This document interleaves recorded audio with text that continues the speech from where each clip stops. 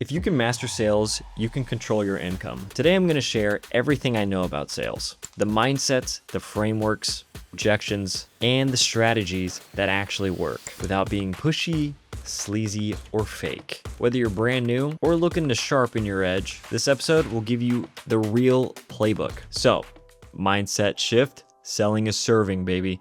The first thing you have to understand is sales is not about convincing. Sales is about helping people make the best decisions for themselves. You're not tricking someone into buying something. You're identifying a real problem, offering a real solution, and making it easy and safe for them to say yes. If you believe in what you're selling, you're morally obligated to sell it. So, everything I know about sales, a practical breakdown. First of all, you have to know the 3 Ps. For any sales calls, you must be absolutely clear on problem. What painful, urgent, costly problem are they facing? Promise.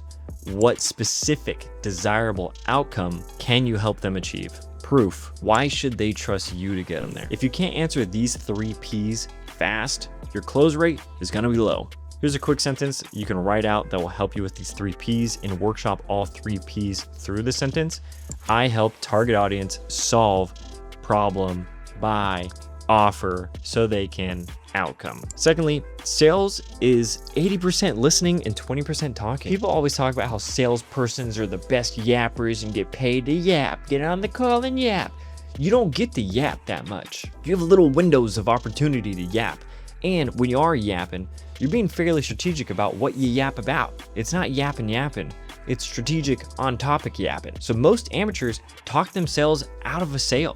They keep yapping for too long. I've done it. I have talked people out of sales more than I can count. But the pros, they ask great questions and then they shut up. They just listen. Great salespeople uncover pain points, clarify desires, surface hidden objections, which you can only do when you're listening. The more you let them talk, the more they sell themselves. So the golden rule for this portion is the one who asks the questions controls the conversation. And that is true in any situation, any environment.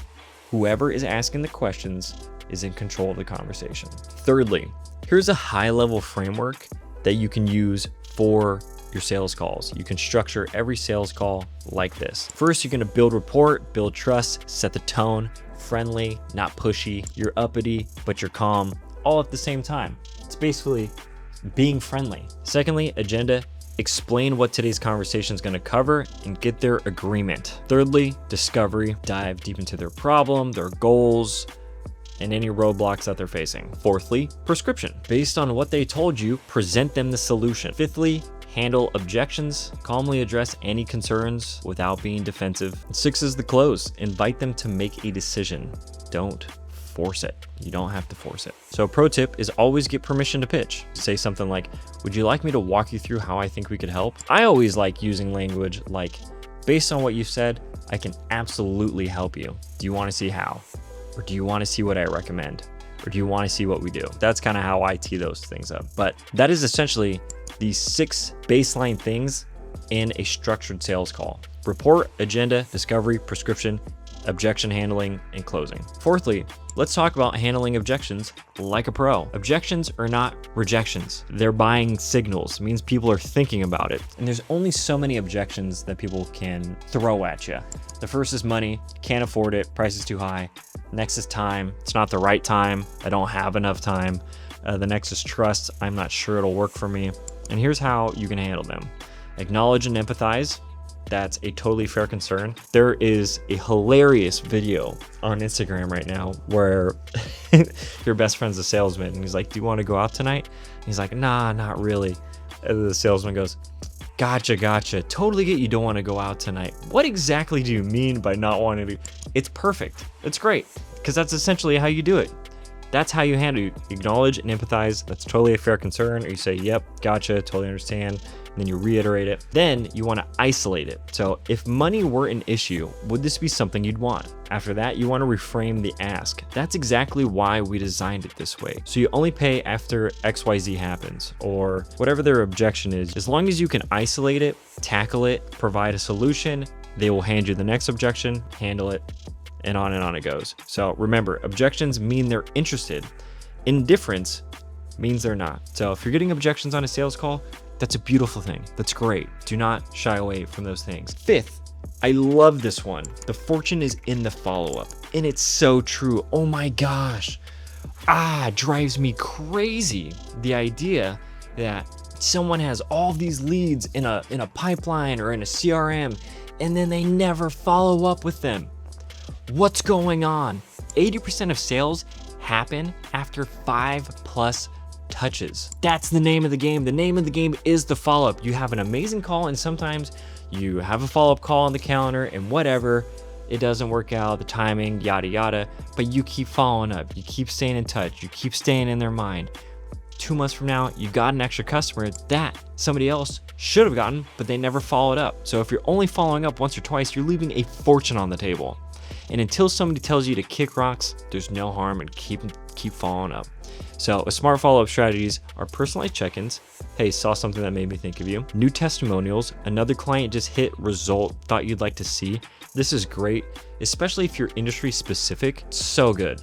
So easy to be like, hey, this is the exact person that had the exact same pain point as you, and this is the result. And it could have been you if you would have signed up a week ago. So there's that cost of not deciding that will factor into those follow-ups for them. Next one is add more value. Here's a resource that I thought might help you. No pressure, classic. Education stuff is always great. So a rule is follow up until they buy, die, or tell you to go away. Those are the big three. Buy, die, or tell you to kick rocks. If they haven't, you keep following up because you never know. 6, you must sell the outcome, not the features. Nobody cares about how many modules in your course or how many calls you include in your service. And this is always, it's actually funny having conversations with an internal team that is the technical portion of fulfillment, because that's all they care about. And you're like, I'm not explaining any of this to somebody on a call. They're like, I'm shooting in 8K. And I'm like, they don't care. They don't want to know.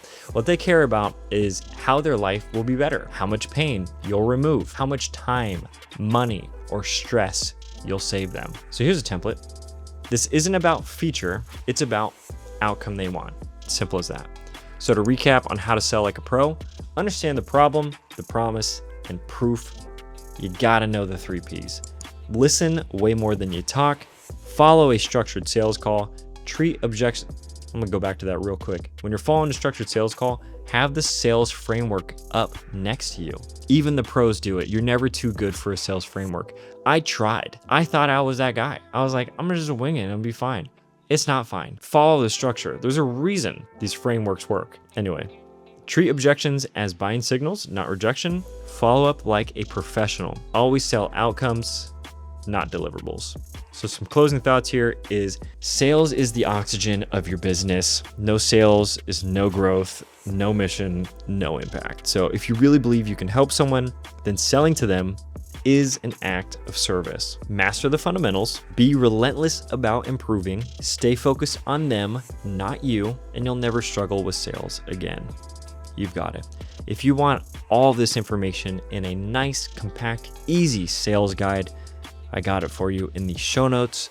Go ahead and click that link and it's yours for free. Don't forget to subscribe.